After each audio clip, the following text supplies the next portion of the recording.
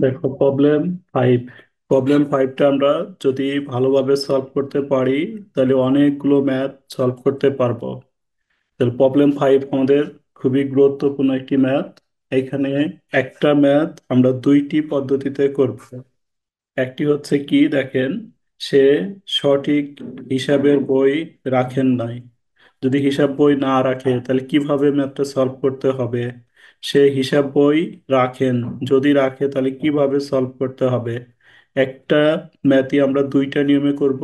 তাহলে এই ম্যাথটা করার পর আমরা কৃষি খাতে প্রায় 80% থেকে 90% একদম ক্লিয়ার হয়ে যাব।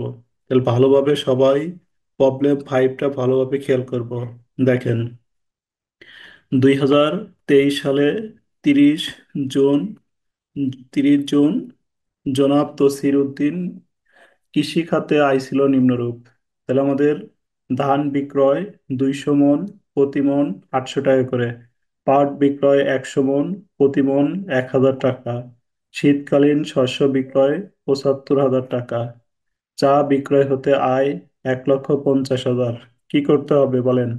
চা বিক্রয় হতে আয় কৃষি খাতের মধ্যে কতটুকু আসবে? 60% আর 40% কারবার ও পেশা খাতে। যাবে 60%।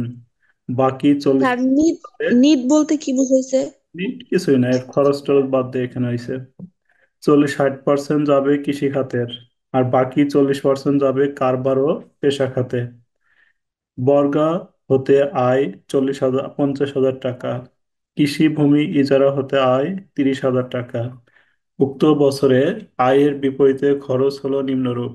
তাহলে আমাদের এটা কি খরচ বলেন তো? বীজ ও উৎপাদন সার। খরচ। উৎপাদন খরচ। তাহলে এটা হচ্ছে আমাদের উৎপাদন খরচ। ভূমি কর্ষণ খরচ, এটাও হচ্ছে আমাদের উৎপাদন খরচ। উৎপাদন খরচ। পরিবহন খরচ, এটাও হচ্ছে এটাও। উৎপাদন খরচ। সাধারণ এটাও। প্রক্রিয়াকরণ খরচ, এটাও আমাদের উৎপাদন খরচ। তারপর আমাদের কি আছে? ভূমি রাজস্ব, এটা হচ্ছে অনুমোদন। অনুমোদনযোগ্য খরচ। ইউনিয়ন পরিষদ কর, অনুমোদনযোগ্য অনুমোদন। খরচ। শস্য বীমা প্রিমিয়াম, অনুমোদন। অনুমোদনযোগ্য খরচ। অনুমোদনযোগ্য অবচয়, এটা অনুমোদনযোগ্য খরচ। এটা তারপর অনুমোদন। ঋণকৃত মূলধনের সুদ, এটাও আমাদের অনুমোদনযোগ্য খরচ। এখন আমাদের নিম্নোক্ত খরচ বিবেচনা করে জনাব তসিরউদ্দিনের কর যোগ্য আয় নির্ণয় করতে বলছে। কর যোগ্য আয় বলতে কৃষি খাতের আয়ও আসবে, আর এই যে বাকি 40% যে আমাদের কারবার ও পেশা খাত, এই 40%ও নিচে যোগ করতে হবে। যদি এখানে শুধু কৃষি খাত বের করতে বলে তাহলে এই 40%-এর টাকা আনতে হবে না। আর যদি করযোগ্য আয় বের করতে বলে তাহলে কৃষি খাতের মধ্যে 60%, কারবার ও পেশা খাত নিচে আলাদা আলাদাভাবে 40% দেখা দিতে হবে।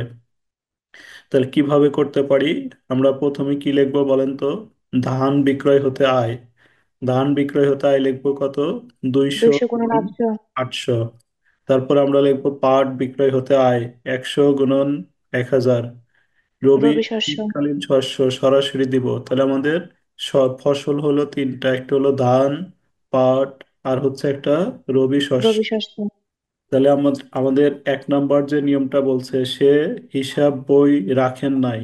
যদি হিসাব বই না রাখে, যদি কৃষক যথাযথভাবে হিসাব বই না রাখে, তাহলে এই উৎপাদন খরচের একটা খরচও অন্তর্ভুক্ত হবে না।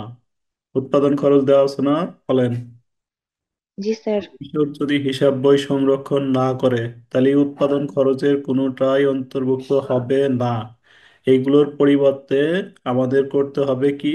উৎপাদন খরচ ধরে নিতে হবে ফসল বিক্রির 60%।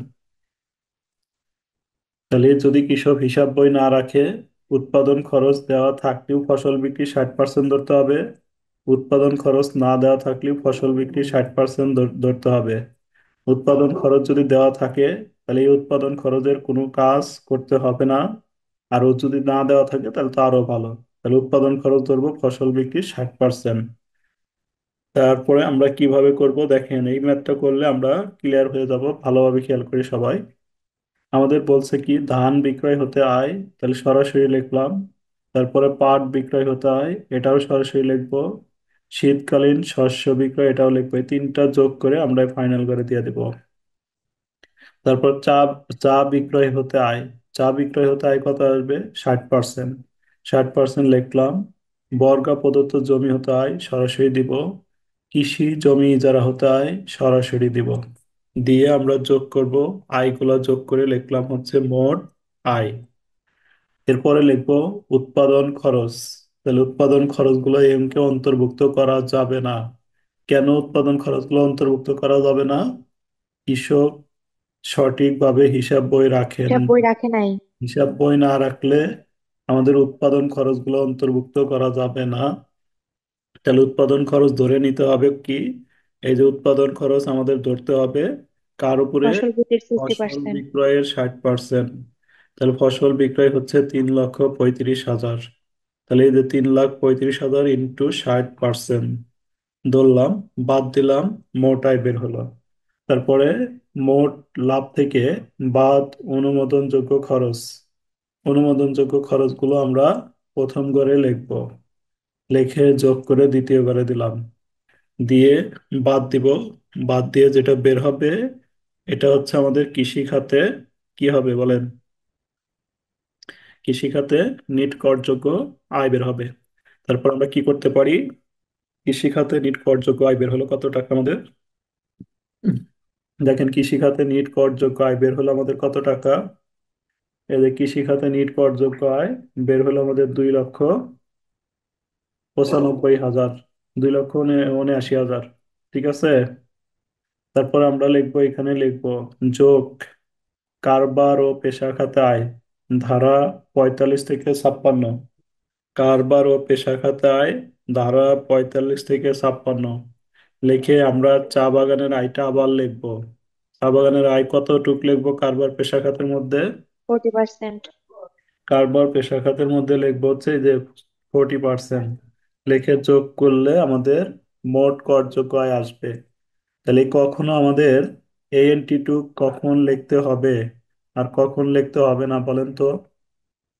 ওই যে এতটুকু যখন বই। যদি বলা থাকে কৃষি খাতে আয় নির্ণয় করো, যদি বলা থাকে আমাদের কোশ্চেনে, যদি বলা থাকে কৃষি খাতে আয় নির্ণয় করো, তাহলে এইটুক লিখতে হবে না। কৃষি খাতে মোট করযোগ্য আয় বা কৃষি খাতে আয় নির্ণয় করো, তাহলে এইটুক হবে না। যদি আমাকে বলে মোট করযোগ্য আয় বা শুধু করযোগ্য আয় পড়লে এটুক অন্তর্ভুক্ত করতে হবে। ঠিক আছে। আমরা 4 নম্বর অঙ্কে এটুকু অন্তর্ভুক্ত করি নাই। কেন অন্তর্ভুক্ত করি নাই?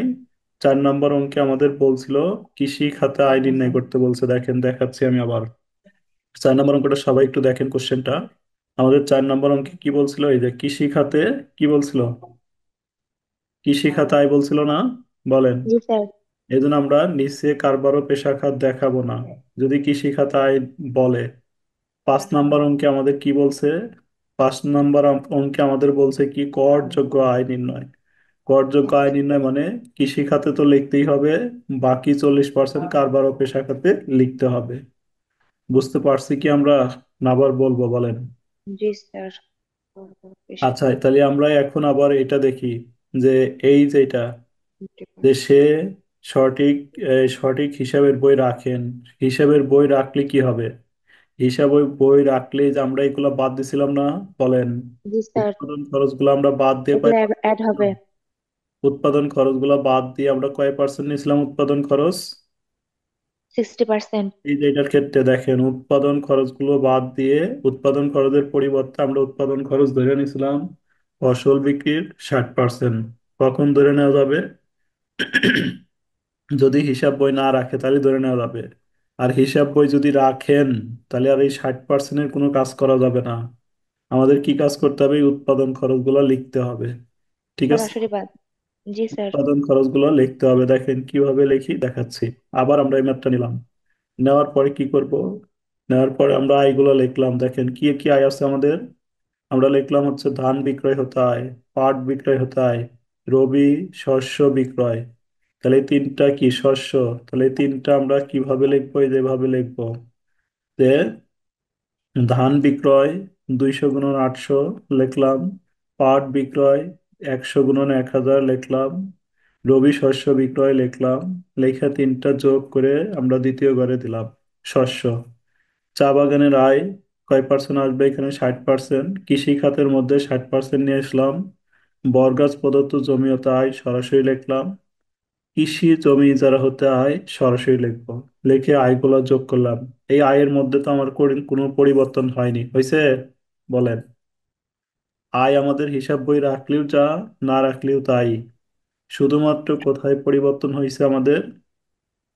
শুধুমাত্র পরিবর্তন হয়েছে ভাই যে এখানে উৎপাদন খরচ। আগে আমরা যখন হিসাব বই না রাখবো তখন উৎপাদন খরচ কত ধরবো? হিসাব বইতে 60%। উৎপাদন খরচ ধরবো 60%। আর হিসাব বই যদি রাখে তাহলে উৎপাদন খরচ গুলোই লিখবো। দেখেন উৎপাদন খরচের মধ্যে আমাদের কয়টা এন্ট্রি রয়েছিল, এই সব এন্ট্রি গুলো এখন লিখবো কারণ হিসাব বই রাখছে। একটা, দুইটা, তিনটা, চারটা, উৎপাদন খরচ কয়টা রয়েছে? চারটি। তাহলে উৎপাদন খরচ আমরা চারটি লিখলাম। এই অঙ্কে চারটি অন্তর্ভুক্ত করবে, এই যে বীজ খরচ, ভূমি কর্ষণ খরচ, পরিবহন খরচ, সাধারণ প্রক্রিয়াজাতকরণ খরচ। এই উৎপাদন খরচগুলো লিখলাম, লিখে যোগ করে থেকে বিয়োগ করব। তাহলে বিয়োগ করলে যেটা বের হবে এটা মোট লাভ। আর এইটুক তো আমাদের থাকবেই। বাদ অনুমোদনযোগ্য খরচ সমূহ। অনুমোদনযোগ্য খরচ এই যে আগে যা ছিল এখনো তাই, এটা লিখলাম, লিখে বাদ দিলাম। এই টাকাটা হইলো, এটা হচ্ছে আমাদের কৃষি খাতে নিট করযোগ্য আয়। তাহলে কৃষি খাতে আয়, কারবার ও পেশা খাতে কি অন্তর্ভুক্ত করব কি করব না বলেন তো? কারবার ও পেশা খাত অন্তর্ভুক্ত কেন করব এখানে? স্যার এখানে হবে, আমাদের কারণ এখানে করযোগ্য আয় হিসাব নির্ণয় বই করতে বলছে। এদের আমরা আছে। লিখবো আবার কারবার ও আচ্ছা, পেশা খাতে আয়। ধারা 45 থেকে 56, চা বাগানের আয় 1,50,000 গুণন 40% দিয়ে যোগ করে আমরা যেটা হবে এটার নাম লিখবো মোট করযোগ্য আয়। তাহলে আমরা পরবর্তী ম্যাথে যাই, আরো সহজ এটা দেখেন। স্যার অকর কখন করব? অকার্যধার্য করব কৃষি আয় ব্যতীত অন্য কোনো আয় যদি না থাকে, তাহলে 2 লক্ষ টাকা অকার্যধার্য করব। এ অঙ্কে কি চা বাগানের আয় রয়েছে না? জি স্যার। তাহলে কৃষি আয়ের বাইরে অন্য একটা আয় যদি অন্তর্ভুক্ত হয়ে যায় তাহলে আর 2 লাখ তাহলে এই টাকা অঙ্ক করতে অকার্যধার্য হবে। করতে হবে না। জি স্যার। দেখেন প্রবলেম 6। প্রবলেম 6 আমাদের দুই হাজার স্যার এগারো সালে। স্যার অকর ধার্যটা আবার একটু বলেন। আচ্ছা ওটা আসবে একটু পরে আসতেছি। দেখেন আছে আর একটা অঙ্ক আছে, কি বলবো দেখেন। সমস্যা 6। সমস্যা 6 আমাদের জাতীয় বিশ্ববিদ্যালয় 2011 সালের কোশ্চেন। নিম্নলিখিত তথ্যাবলী হতে মিস্টার হাসান এর 2022-23 আয় বর্ষে কৃষি খাতে মোট আয় নির্ণয় করুন। তাহলে আমাদের এখানে রয়েছে ধান বিক্রয়, পাট বিক্রয়, চা বাগানের আয়, রাবার বাগানের আয়, পোল্ট্রি ও ডেইরি ফার্মের আয়। দেখো এখানে কৃষি আয় ব্যতীত অন্য কোনো আয় আছে কি আমাদের? জি স্যার। জি স্যার আয় আছে। ব্যতীত অন্য একটা আয় আছে, এই যে এটা কারবার চা বাগানের আয় এবং রাবার বাগানের আয়। আমরা নিয়মে পড়ছিলাম চা বাগান এবং রাবার বাগান এই দুইটা আয়ের কতটুক কৃষি খাতের মধ্যে আসবে হচ্ছে কতটুক? কৃষি সিক্সটি খাতের পার্সেন্ট মধ্যে আসবে হচ্ছে ষাট আর বাকি পার্সেন্ট 40%। বাকি 40% আমাদের কোথায় যাবে? বাকি 40% কারবার ও পেশা খাতে যাবে। আমাদের এখানে কি বের করতে বলছে? কৃষি খাতে মোট আয় নির্ণয় করো। তাহলে কি কারবার ও পেশা খাতের এই 40%-এর আমরা কোনো কাজ করব কি করব না বলেন? না, করবো না স্যার। এই এটার কোনো কাজ করব না। কারণ এখানে আমাকে বলছে শুধু কৃষি খাতে আয় নির্ণয় করতে বলছে। আমাকে যদি বলতো কৃষি খাতে না বলে আমাকে যদি বলতো মোট আয় বা মোট- একটু মিউট করে রাখি, মোট আয় অথবা করযোগ্য আয় যদি বের করতে বলে, মোট আয় বা করযোগ্য আয় যদি বের করতে বলে, তাহলে আমরা কৃষি খাতের মধ্যেই 60% নিব এবং 40% কারবার ও পেশা খাত নিচে দেখাবো। ঠিক আছে? স্যার জি যখন স্যার। কারবার ও পেশা খাতা দেখাবো তখন কি চার রাবারের দুইটা কি যোগ করে 40% দেখাবো না আলাদা আলাদা? এই যে এখানে দিব, দুইটা যোগ করে এই যে এখানে চা বাগানের আয় লিখলাম না, প্রথম ঘরে লিখবো। তারপরে রাবার বাগানের আয় প্রথম ঘরে লিখবো, দুইটা যোগ করে ফাইনাল ঘরে নিয়ে যাব। হুম, ঠিক আছে? ঠিক আছে। জি স্যার। তাহলে আমরা কি লিখবো, প্রথমে কি লিখতে পারি বলেন? ধান বিক্রয়। ধান বিক দেখেন তো এই অঙ্কে আমাদের কোনো উৎপাদন খরচ আছে? না স্যার। আচ্ছা। কৃষক হিসাব বই রাখছে কি রাখে নাই তাও বলা নাই। যদি উৎপাদন খরচ না থাকে তাহলে আমাদের উৎপাদন খরচ ধরতে হবে। কার উৎপাদন খরচ ধরতে হবে? ফসলের। ফসল বিক্রির কয় পার্সেন্ট? 60। ফসল বিক্রির 60% হবে উৎপাদন খরচ।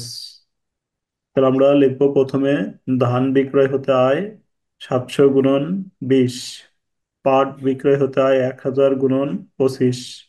আমাদের শস্য কয়টা? দুইটা। দুইটা।